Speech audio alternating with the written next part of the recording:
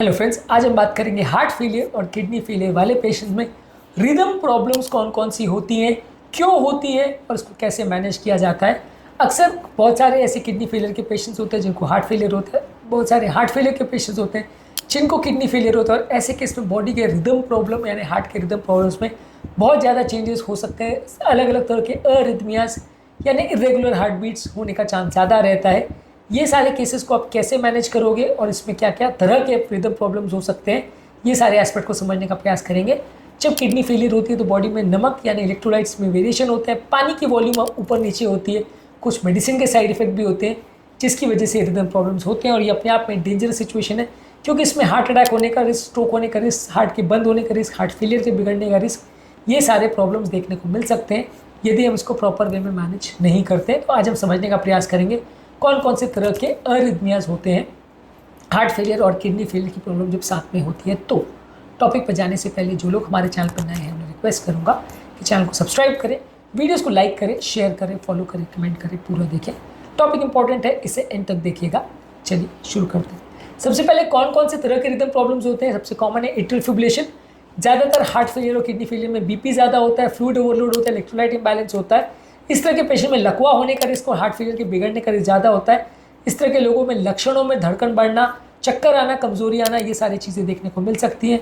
इसके अलावा ventricular tachycardia यानी वेंट्रिकुलर रिदम भी चेंज हो जाए, हृदय गति वेंट्रिकल की बढ़ जाए, ऐसा देखने को मिल सकता है। इस तरह की प्रॉब्लम होने का कारण हाई पोटाशियम, लो मैग्नीशियम और हार्ट डैमेज होता है।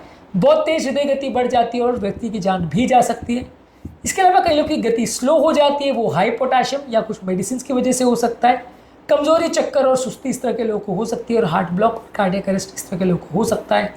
कुछ लोगों को क्यूटी प्रोलॉन्गेशन होता है, ये ज़्यादातर लो कैल्शियम, लो मैग्नीशियम और मेडिसिन के साइड इफेक्ट की वजह से होता है, खासकर एंटीबायोटिक्स और एंटी एरिथमिक एजेंट्स की वजह से। यहाँ पे इरेगुलर हार्ट बीट्स और पैल्पिटेशंस होते हैं। ज़्यादातर डेंजरस रिदम प्रॉब्लम्स होने का चांस इस तरह के पेशेंट में ज़्यादा होता है। ज़्यादातर हार्ट और किडनी वाले पेशेंट में ये रिदम प्रॉब्लम्स होने का चांस ज़्यादा इसलिए होता है क्योंकि बॉडी का पोटेशियम लेवल ज़्यादा होता है जो कि डेंजरस एरिथमियाज कर सकता है, या तो बॉडी का पोटेशियम लेवल कई बार कम होता है, इससे भी डेंजरस प्रॉब्लम्स हो सकते हैं। इसके अलावा मैग्नीशियम लेवल भी अक्सर कम होता है जिससे कि कई बार लाइफ थ्रेटनिंग वेंट्रिकुलर टैकीकार्डियाज और टॉर्साइटिस डी पॉइंटिस जैसे डेंजरस लाइफ थ्रेटनिंग अरिथमियाज हो सकते हैं। कैल्शियम लेवल कम होने की वजह से क्यूटी प्रोलॉन्गेशन और मसल स्पाज्म भी हो सकता है। कई बार डायलिसिस पेशेंट में बॉडी का पोटेशियम लेवल में सडन चेंजेस होने की वजह से रिदम प्रॉब्लम होने का चांस कई गुना ज़्यादा होता है। इसके अलावा कई बार डायलिसिस पेशेंट में बॉडी में वॉल्यूम ओवरलोड बहुत ज़्यादा होता है जिसकी वजह से लंग पे पानी भर जाता है और हार्ट पर स्ट्रेन पड़ता है। इसकी वजह से हार्ट प्रॉपर काम नहीं कर पाता। इसकी वजह से ब्लड प्रेशर में वेरिएशन ज़्यादा होते हैं। इसकी वजह से एट्रियल फिब्रिलेशन, वेंट्रिकुलर टैकीकार्डिया और हार्ट फेलियर होने का चांस ज़्यादा होता है। इस तरह के केस में डायलिसिस के दौरान आपको सडन बॉडी के वॉल्यूम्स में चेंजेस ना हो, इसका ध्यान रखना पड़ेगा, नहीं तो ये हार्ट फेलियर का प्रॉब्लम की वजह से रिदम प्रॉब्लम्स ज़्यादा होंगे।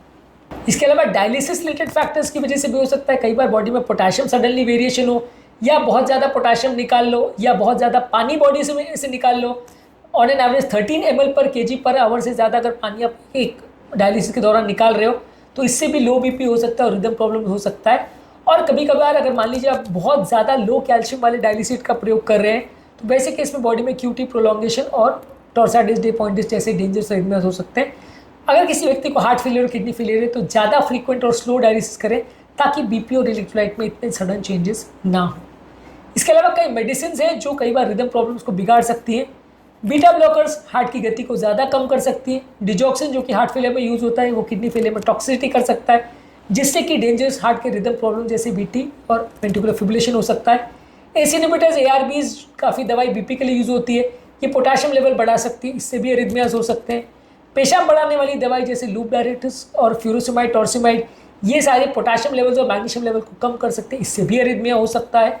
और कई एंटीबायोटिक्स यानी कीटाणुनाशक दवाइयाँ जैसे एरिथ्रोमाइसिन और लिवोफ्लॉक्सासिन कई बार किडनी फेलियर में यूज़ होती है जिससे क्यूटी प्रोलॉन्गेशन हो सकता है और इससे टॉर्साइटिस डी पॉइंटिस यानी डेंजरस अरिथमियाज होने का चांस हो सकता है। इस तरह के केसेस में आपको कोशिश ये करनी है कि आपको बॉडी का पोटेशियम लेवल 4 से 5.5 के बीच में मेंटेन करना है, मैग्नीशियम को 1.8 से 2.5 के बीच में मेंटेन करना है और कैल्शियम को 8.5 to 10.2 के बीच में मेंटेन करना है। जब कभी ये प्रॉब्लम होती है और इलेक्ट्रोलाइट्स में गड़बड़ होता है तो डेंजरस रिदम प्रॉब्लम हो सकती है। मान लीजिए अगर पोटेशियम बहुत ज़्यादा वेरी कर रहा है तो डायलिसिस करके या पोटेशियम को निकालने के लिए दवाइयों का प्रयोग कर सकते हैं। मैग्नीशियम अगर कम हो गया तो मैग्नीशियम सप्लीमेंट दे सकते हैं। कैल्शियम अगर कम हो गया तो डायलिसिस करके एक्स्ट्रा या कम ज़्यादा कैल्शियम को मैनेज किया जा सकता है। ज़्यादातर इस तरह के केस में डायलिसिस फ्लूइड की गति को आप कम ज़्यादा करके मैनेज कर सकते हैं। ब्लड प्रेशर को प्रॉपर्ली मॉनिटर करिए, क्योंकि ब्लड प्रेशर कम ज़्यादा होने से भी प्रॉब्लम हो सकती है। और अगर किडनी फेलियर थोड़ा बहुत काम कर रहा है तो कुछ दवाइयों का प्रयोग करके सावधानीपूर्वक आप एक्स्ट्रा फ्लूइड को निकाल सकते हैं ग्रेजुअली, ताकि बहुत ज़्यादा डायलिसिस की ज़रूरत ना पड़े। डायलिसिस वाले पेशेंट में आप दवाइयों का सावधानीपूर्वक प्रयोग करें, जैसे बीटा ब्लॉकर्स, जैसे डिजॉक्सिन और SGLT2 इनहिबिटर्स। ये दवाइयाँ अक्सर रिदम प्रॉब्लम्स क्रिएट कर सकती हैं। अगर प्रॉपर्ली यूज़ नहीं की जाए तो उनका सावधानीपूर्वक यूज़ करिए। हार्ट को प्रॉपर्ली मॉनिटर करते रहिए, रेगुलर ECG करते रहिए, देखने के लिए हृदय गति कम ज़्यादा तो नहीं हो रही, कोई रिदम प्रॉब्लम्स तो नहीं हो रहे। इको करते रहिए, देखने के लिए हार्ट का फंक्शन या फ्लूइड स्टेटस में कोई गड़बड़ तो नहीं हो रही।